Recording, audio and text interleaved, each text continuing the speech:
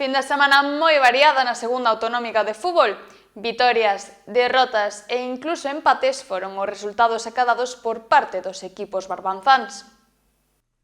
Na propia casa, o Atlético Oleiros conseguiu unha traballada vitoria por 2-1 fronte ao Milladoiro. Os de Oleiros comezaron perdendo cun gol do equipo rival por parte de Iván López, a piques de rematar a primeira tanda do partido. Pero xa na segunda metade, os ribeirenses deronlle a volta ao marcador grazas ao tanto de Javier Vilar, quen conseguiu acadar o empate a 1.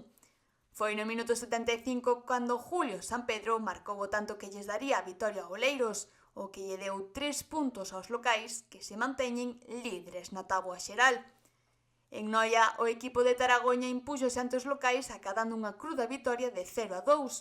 O primeiro gol chegou da man de Adrián García no minuto 41, empezando así a vantaxe contra o club de Noia. Sería na segunda metade cando os rianxeiros marcarían o gol definitivo grazas a Antón Sosa no 82. Con isto, os de Taragoña leváronse uns 3 puntos que os posicionou novenos na táboa, mentres que os noieses agardan nun 10º posto. Así mesmo, o CD Artes non logrou obter bons resultados. O CD Urdilde impúxose con forza na casa ante os ribeirenses, e hai que acadaron un marcador final de 4-1.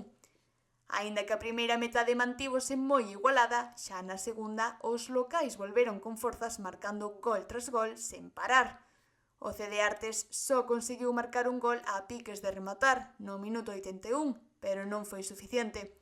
Con isto, os ribeirenses posiciónanse sextos na clasificación. En Cabo de Cruz e Lousame, os partidos disputados acadaron os mesmos resultados, empates a 0. En Baliño, o Sporting Lampón vía esas caras con outro equipo barbanzán, o Xuventú Aguiño, mentres que os de Lousame enfrontábanse aos de Porto do Son. A pesar de todos os esforzos, ningún foi capaz de avanzar máis aló do casilleiro de saída, o que fixo que todos eles rematasen o seu cara a cara con un punto. Desta maneira, o Sporting Lampón e o Xuventú Anguiño agardan en zonas baixas da clasificación, e o Porto do Son e o Lesende, por agora, mantéñense en postos intermedios. Con estes resultados, os equipos barbanzáns seguen cos enfrontamentos intentando acadar todos o mesmo obxectivo, seguir sumando e ascendendo na táboa.